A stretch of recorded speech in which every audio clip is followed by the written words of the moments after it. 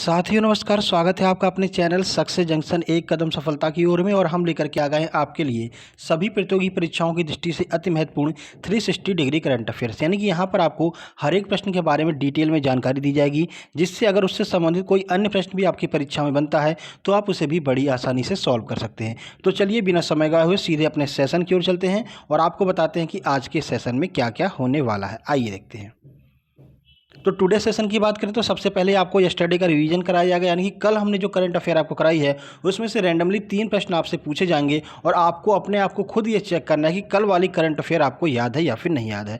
उसके बाद today current affair यानी आज की करंट अफेयर के महत्वपूर्ण प्रश्नों को डिटेल में आपको समझाया जाएगा, पूरी जानकारी आपको आज के करंट अफेयर के बारे में दी जाएगी। उसके बाद मध्य प्रदेश करंट अफेयर के महत्वपूर्ण प्रश्नों को कराया जाएगा। उसके बाद में स्टैटिक जीके, सभी प्रतियोगी परीक्षा की दृष्टि से स्टैटिक जीके अति महत्वपूर्ण है, क्योंकि स्टैटिक जीके हर एक एग्जाम में पूछी जाती है। तो स्टैटिक जीके के महत्वपूर्ण प्रश्नों को हम कवर करेंगे। उसके बाद में एक हिस्टोरिकल प्लेस की बात हम यहाँ पर डेली करते हैं मध्य प्रदेश के, तो आज हम यहाँ पर गुजरी महल के बारे में आपको कुछ जानकारी देने वाले हैं। महत्वपूर्ण फैक्ट आपको गुजरी महल जो कि ग्वालियर में स्थित है उसके बारे में आपको बताने वाले हैं। इससे पहले हम 64 योगिनी मंदिर, कायथा और अन्य बहुत सारे जो है हिस्टोरिकल प्लेस के बारे में हम जानकारी आपको दे चुके हैं, ठीक है, प्रीवियस वीडियोज़ में। चलिए आगे बढ़ते हैं। तो आपको पता है होमवर्क विद स्क्रीनशॉट, यानी कि रोज़ हम आपसे एक प्रश्न पूछते हैं, उसका जवाब जो लोग भी देते हैं उनका नाम यहाँ पर वीडियो के अंत में दिखाई देता है। उसके बाद टुडे होमवर्क, यानी कि आज हम आपसे एक सिंपल सा प्रश्न पूछेंगे जिसका जवाब देने पर कल वाली वीडियो में आपका नाम भी देखने को मिलेगा। तो चलिए शुरुआत करते हैं। सबसे पहले हम यहाँ पर रिवीजन कर लेते हैं। आइए देखते हैं रिवीजन का पहला प्रश्न। देखिए, अभी हाल ही में किस केंद्र शासित प्रदेश में पशुधन व्यापार मेले का उद्घाटन किया गया है? अंडमान निकोबार, लक्षद्वीप, दिल्ली या फिर जम्मू कश्मीर? आइए आंसर देख लेते हैं। सही आंसर डी, यानी कि जम्मू कश्मीर में अभी हाल ही में पशुधन व्यापार मेले का शुभारंभ किया गया है। आगे बढ़ते हैं, अगला प्रश्न देखते हैं। तो निर्यातक बनों मिशन किस राज्य सरकार द्वारा शुरू किया गया है? बिहार, उत्तर प्रदेश, राजस्थान या फिर जम्मू कश्मीर? आंसर की बात करते हैं। सही आंसर है सी, यानी कि राजस्थान सरकार के द्वारा निर्यातक बनों मिशन चालू किया गया है। अगला प्रश्न देख लेते हैं। अभी हाल ही में दिल्ली पुलिस का कमिश्नर किसे बनाया गया है? महेंद्र जौहरी, राकेश अस्थाना, राजीव महर्षि या फिर अनिरुद्ध कुमार? आंसर की बात करते हैं। सही आंसर बी, यानी कि राकेश अस्थाना को अभी हाल ही में दिल्ली पुलिस का कमिश्नर बनाया गया है। तो ये कुछ महत्वपूर्ण प्रश्न थे जो हमने कल वाली वीडियो में आपको कराए थे, आज हमने उनका आपको रिवीजन करा दिया। अब शुरुआत करते हैं आज की करंट अफेयर, यानी कि 31 जुलाई 2021 महत्वपूर्ण करंट अफेयर के प्रश्न आपके सामने आ रहे हैं। आइए देखते हैं पहला प्रश्न। भूत जोलोक या मिर्च का संबंध किस राज्य से है? बहुत महत्वपूर्ण यह प्रश्न है कि भूत जोलोक या मिर्च का संबंध किस राज्य से है? बिहार, झारखंड, शिमला या फिर नागालैंड? आंसर की बात करते हैं। सही आंसर है डी, यानी कि नागालैंड से संबंध है भूत जोलोक या मिर्च का। यह प्रश्न बन सकता है। देखिए, इसको जीआई टैग भी मिल चुका है। तो नागालैंड से राजा मिर्च की एक खेप जिसे भूत जोलोकिया भी कहा जाता है को पहली बार लंदन में निर्यात किया गया। तो इसलिए यह प्रश्न वाली महत्वपूर्ण हो गया, क्योंकि जो भूत जोलोकिया मिर्च है इसे पहली बार यहाँ पर लंदन में निर्यात किया गया है और भूत जोलोकिया मिर्च को ही राजा मिर्च भी कहा जाता है।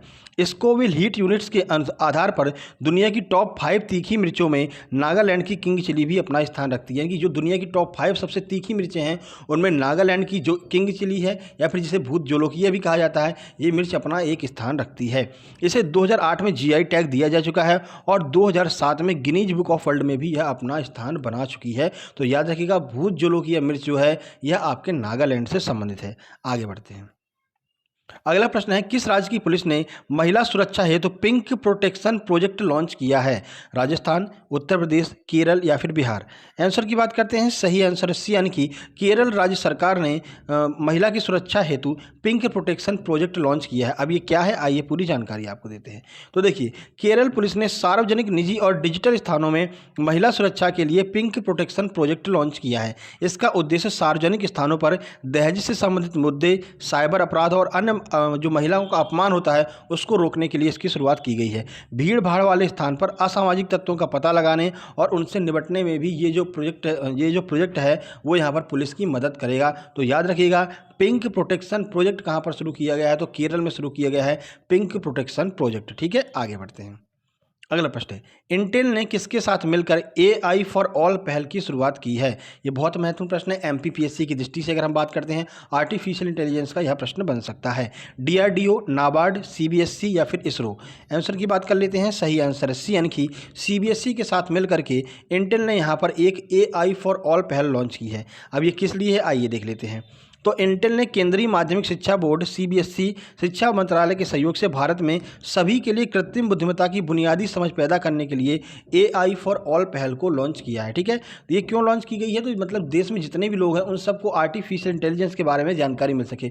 और अगर आपको किसी के पास जानकारी पहुंचाना है तो उसका माध्यम क्या होता है? तो सबसे पहले बच्चों को आप उसकी जानकारी दीजिए, फिर बच्चों के माध्यम से चीज़ें घर घर तक पहुंचती हैं। ठीक है, तो बच्चों को सिखाया जाएगा पहले, उसके बाद में चीज़ें अपने आप घर तक पहुंच जाएंगी। इंटेल की बात कर लेते हैं स्टैटिक जीके की। तो इंटेल के कार्यकारी अधिकारी CEO कौन है? तो पैट गैलेंसियर जो है वो यहाँ पर वर्तमान में इंटेल के अधिकारी हैं। स्थापना कब हुई थी? तो 18 जुलाई 1968 को इंटेल की स्थापना की गई थी। इंटेल का मुख्यालय कहाँ है? तो सांता क्लारा कैलिफोर्निया USA में इंटेल का मुख्यालय आपको देखने को मिल जाएगा। संस्थापक कौन है? तो गार्डन मूर और रॉबर्ट नॉयस ने इसकी स्थापना की थी। किसकी? इंटेल की। तो ये सारे स्टैटिक फैक्ट आपके लिए महत्वपूर्ण साबित हो सकते हैं। आगे बढ़ते हैं, अगला प्रश्न देखते हैं। तो महाराष्ट्र भूषण के लिए किस पार्श्व गायिका का चयन किया गया है? लता मंगेशकर, आशा भोसले, परिणीति चोपड़ा या फिर कंगना रनौत? आइए आंसर देख लेते हैं। सही आंसर बी यानी कि आशा भोसले, जिन्हें ताई कहकर भी पुकारा जाता है, इन्हें महाराष्ट्र भूषण के लिए चुना गया है। देखिए कुछ जानकारी। तो महाराष्ट्र भूषण चयन समिति ने प्रतिष्ठित पुरस्कार के लिए प्रसिद्ध प्लेबैक सिंगर आशा भोसले का चयन किया है। प्रसिद्ध प्लेबैक सिंगर आशा भोसले को वर्ष 2021 के लिए महाराष्ट्र भूषण पुरस्कार यहां पर दिया जा रहा है, आपको याद रखना है। महाराष्ट्र भूषण भारत में महाराष्ट्र सरकार द्वारा राज्य की द्वारा दिए जाने वाला प्रतिवर्ष एक सर्वोच्च नागरिक सम्मान है। तो महाराष्ट्र में सर्वोच्च नागरिक सम्मान कौन सा होता है? महाराष्ट्र भूषण, जिसे महाराष्ट्र सरकार के द्वारा दिया जाता है। इसमें 10 लाख रुपए का पुरस्कार दिया जाता है। ये पुरस्कार की राशि आपको याद रखनी है, 10 लाख रुपए का पुरस्कार दिया जाता है। आशा भोसले को 2021 के लिए दिया गया है। ठीक है, आगे बढ़ते हैं। आपसे पूछा जा सकता है आशा भोसले किससे संबंधित है? तो एक प्लेबैक सिंगर है, एक पार्श्व गायिका है। ठीक है, PM मोदी ने किन छात्रों के लिए सफल का शुभारंभ किया है? अब ये सफल क्या है उसके बारे में पूरी जानकारी आपको देंगे। इसका फुल फॉर्म भी आपको बताएंगे। तो MP बोर्ड, ICSC, CBSE या फिर इनमें से कोई नहीं। तो किसके लिए शुरू किया है? आइए आंसर देख लेते हैं। सही आंसर सी यानी कि CBSE के छात्रों के लिए यहाँ पर सफल का शुभारंभ किया गया है। देखिए कुछ जानकारी। तो प्रधानमंत्री मोदी ने ग्रेड 3, 5 और 8 के लिए केंद्रीय माध्यमिक शिक्षा बोर्ड CBSE द्वारा शुरू किए गए योग्यता आधारित मूल्यांकन सफल, अब सफल का फुल फॉर्म देखिए, structured assessment for analysis learning का शुभारंभ किया गया है। तो ये आपका सफल का फुल फॉर्म है। ये सफल का फुल फॉर्म आपको याद रखना है। ठीक है, सफल का उपयोग छात्रों के बीच मूलभूत कौशल और बुनियादी शिक्षा के परिणामों की प्रगति का आकलन करने के लिए किया जाएगा। तो एक तरह का पोर्टल है, इस पर पूरी जानकारी उनको भरनी पड़ेगी कि आज आपने क्या काम किया, कल आपका क्या होमवर्क है, या फिर क्या कैसे आप अपने कार्य की ओर बढ़ रहे हैं। ये सारी जानकारी CBSE के छात्रों के लिए शुरू की गई है। यह राष्ट्रीय शिक्षा नीति 2020 के अनुरूप एक कार्यक्रम है। जैसा कि आपको पता है 3, 5 और 8 के आधार पर यहाँ पर राष्ट्रीय शिक्षा नीति चालू की गई है। तो राष्ट्रीय शिक्षा नीति के अनुरूप यह जो है कार्यक्रम लॉन्च किया गया CBSE के छात्रों के लिए। आगे बढ़ते हैं। प्रधानमंत्री मोदी ने इसको लॉन्च किया, इसलिए हमारे लिए महत्वपूर्ण है। अभी हाल ही में किस राज्य सरकार ने अपने राज्य में ONORC को लागू किया है? अब ONORC भी आपको पता होना चाहिए कि ये आखिर क्या है। चलिए देख लेते हैं। तो तमिलनाडु, पश्चिम बंगाल, उड़ीसा या फिर छत्तीसगढ़? आंसर की बात कर लेते हैं। सही आंसर सी यानी कि उड़ीसा राज्य सरकार ने अभी हाल ही में अपने राज्य में ONORC लागू किया है। तो देखिए ONORC क्या है। उड़ीसा सरकार ने एक राष्ट्र एक राशन कार्ड योजना यहाँ पर चालू की है। तो one nation one ration card, ये आपका ONORC का फुल फॉर्म हो जाएगा, पूछा जा सकता है परीक्षाओं में। ठीक है, मुख्यमंत्री नवीन पटनायक ने 29 जुलाई 2021 को राज्य भर में इस योजना को शुरू किया है। यह लाभार्थियों को राज्य के भीतर और बाहर अपनी पसंद की किसी भी उचित मूल्य की दुकान से खाद्यान्न का अपना कोटा लेने में सक्षम बनाता है। तो आपको पता है जैसा कि लोगों को यहाँ पर जो PDS की दुकानें होती हैं, पब्लिक डिस्ट्रीब्यूशन सिस्टम जो है इसका फुल फॉर्म होता है। तो PDS की दुकानों से जो सामान खरीदते हैं कम दाम में, वो अब आप मतलब उड़ीसा का राशन कार्ड लेकर के किसी भी राज्य में जाकर के खरीद सकते हैं। ये राशन कार्ड योजना उड़ीसा सरकार ने शुरू की है, one nation one ration card. ठीक है, आगे बढ़ते हैं। बाढ़ और चक्रवात जैसी समस्याओं की वास्तविक समय में जानकारी के लिए कौन सा उपग्रह लॉन्च किया जाएगा? जियोसेट, EOS-3, फ्लडसेट या फिर इनमें से कोई नहीं। आंसर देख लेते हैं। सही आंसर बी यानी कि EOS-03 के नाम से यहाँ पर एक उपग्रह लॉन्च किया जा रहा है, जो हमको आने वाली बाढ़ और भूकंप के बारे में जानकारी पहले से ही प्रदान कर देगा। तो देखिए, तो जियो इमेजिंग उपग्रह EOS-03 2021 की तीसरी तिमाही में लॉन्च किए जाने के लिए जो है निर्धारित कर दिया गया है। यह बाढ़ और चक्रवात जैसी प्राकृतिक आपदाओं की लगभग वास्तविक समय की निगरानी करने में सक्षम होगा कि कब बाढ़ आ सकती है, कब अगली प्राकृतिक आपदा आने वाली है, इसके बारे में जो है जानकारी प्रदान कर सकता है। इसका नाम है EOS-03। ठीक है, प्राकृतिक आपदाओं के अलावा EOS 03 जल निकायों, फसलों, वनस्पति की स्थिति, वनावरण परिवर्तन आदि की निगरानी रखने में भी सक्षम होगा। कहाँ कहाँ पर जो है वनों में परिवर्तन हो रहा है, कहाँ के वन बहुत जल्दी सूख रहे हैं, ठीक है, किस तरह की फसल में परेशानी आ रही है, इन सब की जानकारी भी ये आपको देगा। ठीक है, आगे बढ़ते हैं। देखिए, अब हम यहाँ पर बात कर लेते हैं गुजरी महल के बारे में, हम यहाँ पर बात करने वाले हैं।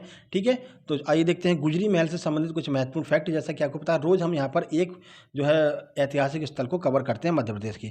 तो गुजरी महल का निर्माण राजा मान सिंह तोमर ने 15वीं शताब्दी में जो है ग्वालियर दुर्ग के अंदर करवाया था। ये तो आपको पता ही होगा, ग्वालियर दुर्ग के अंदर यहाँ पर गुजरी महल स्थित है।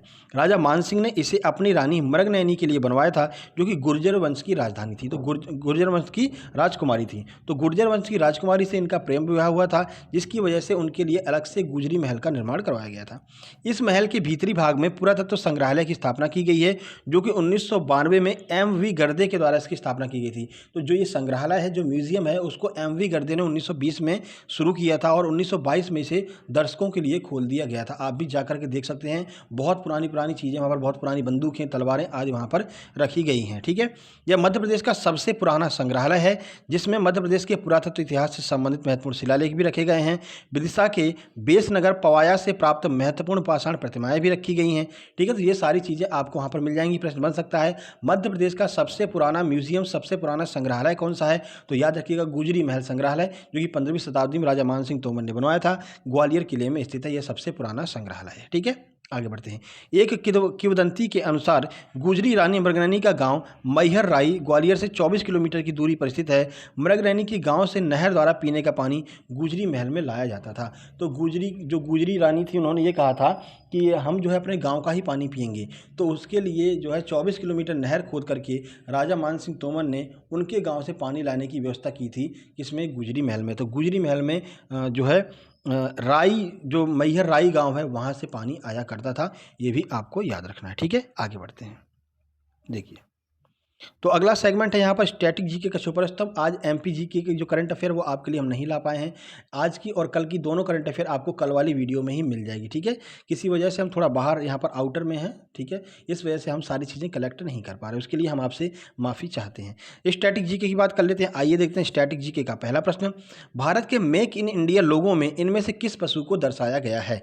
चीता, बाघ, शेर या फिर घोड़ा? तो आपने मेक इन इंडिया का लोगो देखा होगा, उसमें कौन सा पशु है? और यह प्रश्न अभी हाल ही में NTPC रेलवे में पूछा गया, इसलिए हमने यहाँ पर कवर किया है। सही आंसर है सी, यानी जो शेर है, उस शेर का जो है फोटो या फिर शेर की जो प्रतिमा है, वो आपको यहाँ पर मेक इन इंडिया लोगो में दिखाई देगी। तो देखिए, मेक इन इंडिया पहल को कब चालू किया गया? 2014 में प्रधानमंत्री नरेंद्र मोदी जी के द्वारा मेक इन इंडिया पहल को लॉन्च किया गया था। यह वित्त मंत्रालय के अंतर्गत कार्य करने वाला एक निकाय है, ये भी आपको याद रखना है। ठीक है, आगे बढ़ते हैं। अगला प्रश्न देखते हैं। मोहनजोदड़ो की खोज किसके द्वारा की गई थी? RD Banerjee, Cunningham, John Marshall या फिर दयाराम साहनी? आंसर की बात कर लेते हैं। सही आंसर है ए, यानी कि राखल दास बनर्जी या फिर RD बनर्जी के द्वारा मोहनजोदड़ो की खोज की गई थी। ठीक है, 1922 में खोज इसकी की गई थी। भारतीय पुरातत्व सर्वेक्षण की एक अधिकारी हड़प्पा उत्तर में 590 किलोमीटर, देखिए जो हड़प्पा है इसके 590 किलोमीटर उत्तर में जाकर के इसकी खोज की गई थी। ठीक है, मोहनजोदड़ो की, और लगभग मतलब कि 2 साल बाद यह जब खुदाई चालू कर दी गई, तो खुदाई चालू करने के 2 साल बाद यह स्थल देखने को मिला था, जिसे मोहनजोदड़ो कहते हैं। राखल दास बनर्जी ने इसकी खोज की थी। ठीक है, आगे बढ़ते हैं। देखिए, निम्न में से कौन सी सभ्यता नील नदी के तट पर पनपी थी? रोमन सभ्यता, सिंधु घाटी सभ्यता, यूनानी सभ्यता या फिर मिस्र की सभ्यता? आंसर की बात कर लेते हैं। सही आंसर है डी, यानी कि मिस्र की सभ्यता जो है वो जो है यहाँ पर नील नदी के तट पर पनपी थी। कुछ जानकारी आपको देते हैं। तो मिस्र की सभ्यता नील नदी के किनारे पनपी, इस वजह से मिस्र को नील नदी का उपहार भी कहा जाता है। कई बार प्रश्न पूछा गया है कि इनमें से नील नदी का उपहार किसे कहा जाता है? तो याद रखिएगा, मिस्र को नील नदी का उपहार कहा जाता है। सीधा फैक्ट वाला प्रश्न बनता है। ठीक है, आगे बढ़ते हैं। तो कल के प्रश्न की बात कर लेते हैं। तो कल हमने आपसे पूछा था कि जो पानीपत का तृतीय युद्ध है वो किसके किसके बीच हुआ था? तो 1761 में मराठा वर्सेस अहमद शाह अब्दाली के बीच में यह युद्ध हुआ था। आइए देखते हैं किस किसने यहाँ पर कमेंट बॉक्स में कमेंट किया है। शैलन चौधरी ने काफ़ी अच्छी यहाँ पर जानकारी दी है, आप इनके कमेंट को जरूर पढ़िएगा। उसके बाद अंकिता निगम ने भी बहुत अच्छी यहाँ पर जानकारी दी है। हरीश बाबू ने 1761 बताया है। कनिष्का मिश्रा ने बिल्कुल सही जानकारी दी है। पुरुषोत्तम परमार ने बिल्कुल सही जानकारी दी है, काफ़ी अच्छा इन्होंने बताया है। उसके बाद में धनराज डामोर ने काफ़ी अच्छी यहाँ पर जानकारी दी है। इनने भी काफ़ी चीज़ें बताई हैं। इन्होंने ये भी बताया राजस्थान के राज्यपाल कौन थे। कलराज मिश्र जो है वो राजस्थान के राज्यपाल हैं वर्तमान में। उसके बाद में आरती लोधी ने भी बहुत अच्छी यहाँ पर जानकारी दी, काफ़ी अच्छे फैक्ट इन्होंने बताए हैं। इसके बाद में राजा दीपके ने भी काफ़ी अच्छी जानकारी दी है। उसके बाद में हर्षल बैस ने बहुत अच्छी जानकारी दी है। उसके बाद में हर्षल बैस के बाद में उसके बाद कौन है, चांदनी सिंगारे ने बहुत अच्छी जानकारी दी है। और सचिन पारासर ने बहुत अच्छी जानकारी दी है। सचिन पारासर हुए, आरती लोधी हुई, शैलेंद्र चौधरी, ये लोग लगातार हमारे साथ में बने हुए हैं काफ़ी समय से। तो इन लोगों को खुद पता है कि किस तरह इनकी स्ट्रैटेजी के करंट अफेयर ये चीज़ें कवर हो रही हैं। ठीक है, तो ऐसे ही हमारे साथ बने रहिए, कमेंट करते रहिए, एक दूसरे का कमेंट जरूर पढ़ लिया कीजिए, क्योंकि काफ़ी अच्छी जानकारी यहाँ पर एक दूसरे देते हैं। एक मतलब एक यूनिक कमेंट हर कोई करता है यहाँ पर, इसलिए कमेंट पढ़ना आपके लिए जरूरी है। ठीक है, आगे बढ़ते हैं और आज का प्रश्न देखते हैं जिसे आपको कल कमेंट बॉक्स में कमेंट करना है। आइए देखते हैं।